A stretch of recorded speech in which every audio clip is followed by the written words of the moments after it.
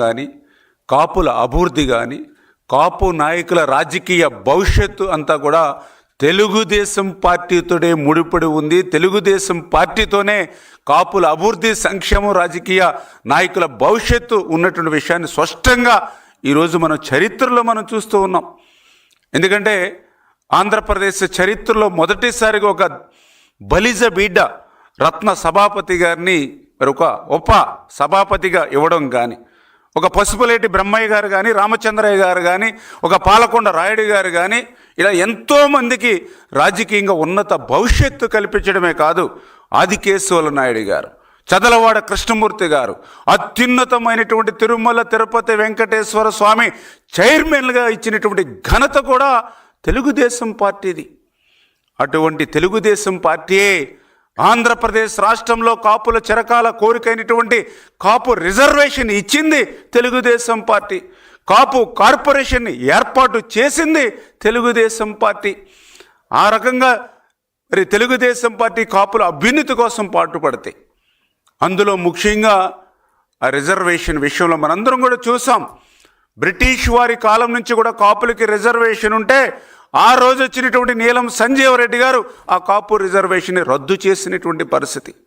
తరువాత దళిత బిడ్డ దామోదర సంజీవ్ గారు వచ్చి కాపులకి రిజర్వేషన్ ఇస్తే తర్వాత మళ్ళీ కాసు బ్రహ్మానందరెడ్డి గారు వచ్చి ఆ రిజర్వేషన్ని రద్దు చేసినటువంటి పరిస్థితి. మళ్ళీ తర్వాత సుదీర్ఘ కాలం తర్వాత మరి ఆ రోజు చంద్రబాబు నాయుడు గారు కాపులకి రిజర్వేషన్ ఇస్తే మళ్ళీ ఆ రిజర్వేషన్ రద్దు చేసింది జగన్మోహన్ రెడ్డి. చరిత్రలో కాపులకి అన్యాయం చేసింది ఆ రోజు నీలం సంజీవ రెడ్డి, కాసు బ్రహ్మానందరెడ్డి, ఈరోజు జగన్మోహన్ రెడ్డి.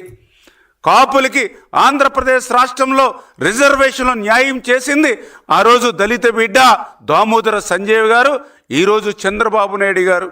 ఇంత క్లియర్గా చరిత్రలో కాపుల అభివృద్ధి, సంక్షేమం, మరి రాజకీయ నాయకుల భవిష్యత్తు తెలుగుదేశం పార్టీ ఆ రోజు ఎన్టీ రామారావు గారి దగ్గర నుంచి ఈరోజు చంద్రబాబు నాయుడు గారి వరకు కూడా రాష్ట్రంలో ప్రోత్సహిస్తూ ఉంటే, అటువంటి కాపుల పేరు చెప్పి మరి వాళ్ళ ఒక ఓటు వేసేటువంటి యంత్రాలుగానే మరి వైఎస్ఆర్సీపీ పార్టీ గుర్తిస్తున్నటువంటి పరిస్థితి చాలా చాలా శోచనీయమని చెప్పి ఈ సందర్భంగా తెలియజేసుకుంటూ, మరి ఈరోజు చెప్తూ ఉన్నారు కాపు నాయకుడు అంబటి అని చెప్పి మేము అడుగుతూ ఉన్నాం.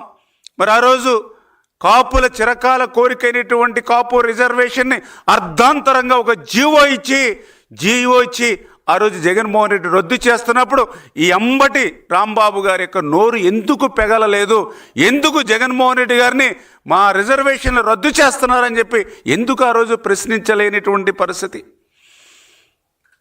మరి మీ అందరికీ తెలుసు, స్వర్గీయ వంగవీటి మోహన్ రంగ, స్వర్గీయ వంగవీటి రాధ, వీరందరూ కూడా కాపు సంబంధించినటువంటి మరి ఒక దైవ స్వరూపులుగా ఈవేళ మరి కాపులందరూ కూడా, అదే పేదలు, బడుగు బలహీన వర్గాలు కూడా రంగా గారిని ఆదర్శంగా స్ఫూర్తిగా చూస్తూ ఉంటారు. అటువంటి వంగవీటి మోహన్ రంగా ఒక రౌడీ అని గౌతమ్ రెడ్డి ఆ రోజు సంబోధించి, అటువంటి వంగవీటి మోహన్ రంగా రౌడీగా ఉన్నప్పుడు అతన్ని చంపితే తప్పేంటన్నటువంటి గౌతమ్ రెడ్డికి ఆ మాట అన్న 6 నెలలకే ఫైబర్ గిడ్ చైర్మన్, రాష్ట్ర చైర్మన్ ఇచ్చి మరి సత్కరించి నీ జగన్మోహన్ రెడ్డి చేసినప్పుడు ఎందుకు ఈ అంబటి రాంబాబుకి నోరు పెగలలేదని అడుగుతూ ఉన్నాం. మరి ఇంత సాక్షాత్తు మనందరం కూడా ఒక నాయకుడిగా కొలిచేటువంటి వంగవీటి మోహన్ రంగా గారిని ఉద్దేశించే ఒక రౌడీ ఆయన చంపితే తప్పేంటని ప్రశ్నించినటువంటి గౌతమ్ రెడ్డికి ఫైబర్ గిడ్డి చైర్మన్ రాష్ట్ర పదవి ఇచ్చి మరి జగన్మోహన్ రెడ్డి గౌరవించాడని అంటే, ఈవేళ కాపుల పట్ల మరి కాపు సమాజం పట్ల జగన్మోహన్ రెడ్డికి ఉన్నటువంటి ఆ యొక్క మరి దగా మోసం, ఆ యొక్క సంక్షేమ అభివృద్ధితో పాటుగా